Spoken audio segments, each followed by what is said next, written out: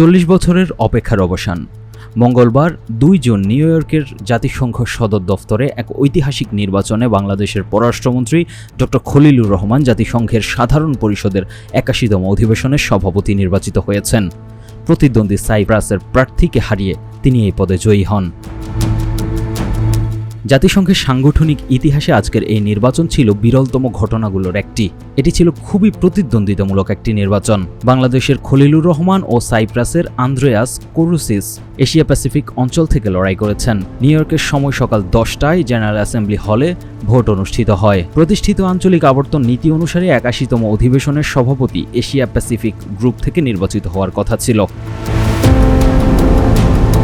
New ইয়র্কে অনুষ্ঠিত এই নির্বাচনে খলিলুর রহমান 99 ভোট পান, তার বিপরীতে সাইপ্রাসের প্রার্থী পান 91 ভোট। হাড্ডাহাড্ডি লড়াইয়ে বাংলাদেশের খলিলুর রহমান 8 ভোটে নির্বাচিত হন। নির্বাচনটি গোপন ব্যালটে অনুষ্ঠিত হয়েছে এবং জাতিসংঘের 190 সদস্য রাষ্ট্র এতে ভোট দিয়েছে।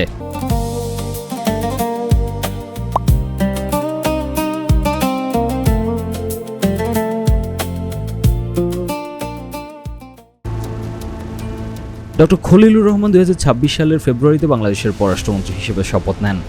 এর আগে তিনি ড মোহাম্মদ ইউনূসের নেতৃত্বাধীন অন্তর্বর্তীকালীন সরকারের জাতীয় নিরাপত্তা উপদেষ্টা হিসেবে দায়িত্ব পালন করেছেন। এছাড়া তিনি ছিলেন একজন পেশাদার কূটনীতিক। তবে একটি গুরুত্বপূর্ণ প্রশ্ন উঠেছে, তিনি পররাষ্ট্রমন্ত্রীর পদে থেকে কি একই সঙ্গে সাধারণ পরিষদের সভাপতি পদে দায়িত্ব পালন করতে পারবেন? সূত্রের বরাতে জানা যাচ্ছে পররাষ্ট্রমন্ত্রী পদত্যাগ করবেন না, বরং তিনি এই সময় পূর্ণকালীন জাতিসংঘের সাধারণ পরিষদের সভাপতির দায়িত্ব পালন করবেন। এটি নজিরবিহীন ঘটনা নয়। অতীতেও একাধিক দেশের সরকারি মন্ত্রী বা গুরুত্বপূর্ণ দায়িত্ব থেকে একই পদে কাজ করেছেন।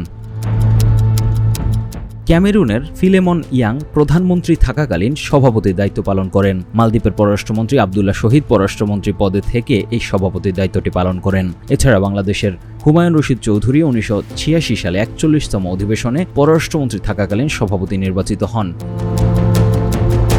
সাধারণ পরিষদের সভাপতি জাতিসংঘের মহাসচিব নিয়োগের চূড়ান্ত আনুষ্ঠানিকতা সম্পন্ন করেন, তবে সেটা নিরাপত্তা পরিষদের পরামর্শক্রমে হয়ে থাকে। খলিলুর রহমানের মেয়াদেই জাতিসংঘের নতুন মহাসচিব নির্বাচিত হবেন, তাই এবার সাধারণ পরিষদের সভাপতি হিসেবে খলিলুর রহমানের উপর গুরু দায়িত্ব অর্পিত হচ্ছে। এছাড়া জাতিসংঘ সনদের 21 অনুচ্ছেদ অনুযায়ী সাধারণ পরিষদ প্রতিটি অধিবেশনের জন্য একজন সভাপতি নির্বাচন করে। সভাপতির দায়িত্ব ক্ষমতা জাতিসংঘ চার্টার অনুসারে নির্ধারিত হয়ে থাকে। সাধারণ পরিষদের সভাপতি অধিবেশন পরিচালনা, বিতর্ক সঞ্চালনা, সিদ্ধান্ত গ্রহণ প্রক্রিয়া তত্ত্বাবধান এবং আন্তর্জাতিক ইস্যুতে ঐক্যমত গড়ে তোলার কাজ করে থাকেন। তিনি অধিবেশনের উদ্বোধন ও সমাপ্তি ঘোষণা করেন এবং বিভিন্ন কমিটির কাজ সমন্বয় করেন। উল্লেখ্য, সাধারণ পরিষদ আলোচনা সুপারিশ করতে পারে, তবে তার সিদ্ধান্ত বাস্তবায়নে বাধ্য করার ক্ষমতা নেই। আর্থিক দিক থেকে সাধারণ পরিষদের সভাপতি জাতিসংঘের কর্মচারী নন, তাই জাতিসংঘ থেকে কোনো বেতন ভাতা পান না। সভাপতির কার্যালয় পরিচালনার জন্য তিনি বার্ষিক $3,32,000 মার্কিন পেয়ে থাকেন। তবে সভাপতির ভাতা এবং বেতন সংশ্লিষ্ট দেশের সরকারকে বহন করতে হয়, কিন্তু জাতিসংঘের পক্ষ থেকে তাকে নিউ ইয়র্কে আবাসন ও যাতায়াতের সুবিধা প্রদান করা হবে। বাংলাদেশে এই পদে সর্বশেষ 1986-87 সালে দায়িত্ব পালন করেছিল। তৎকালীন পররাষ্ট্রমন্ত্রী হুমায়ুন রশিদ চৌধুরী 41তম অধিবেশনের সভাপতি নির্বাচিত হয়েছিলেন। তার সভাপতিত্বের বছরই জাতিসংঘ সাধারণ পরিষদে 41/128 নম্বর প্রস্তাব গ্রহণ করে, যাতে উন্নয়নের অধিকার সংক্রান্ত ঐতিহাসিক ঘোষণাপত্র অন্তর্ভুক্ত করা হয়। এছাড়া তিনি বাংলাদেশকে জাতিসংঘ শান্তিরক্ষা মিশনে যুক্ত করার ক্ষেত্রে গুরুত্বপূর্ণ ভূমিকা পালন করেন। 4 দশক পর বাংলাদেশ আবার জাতিসংঘের সর্বোচ্চ বহুপাক্ষিক মঞ্চের নেতৃত্বের আসনে বসেছে।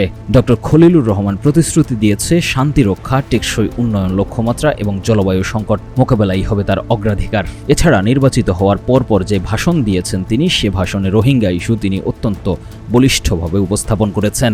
জানা যাচ্ছে 81তম অধিবেশন শুরু হবে আগামী 8 সেপ্টেম্বর, আর সেদিন থেকেই শুরু হবে বাংলাদেশের এই নতুন কূটনৈতিক অধ্যায়। News desk, 21 television.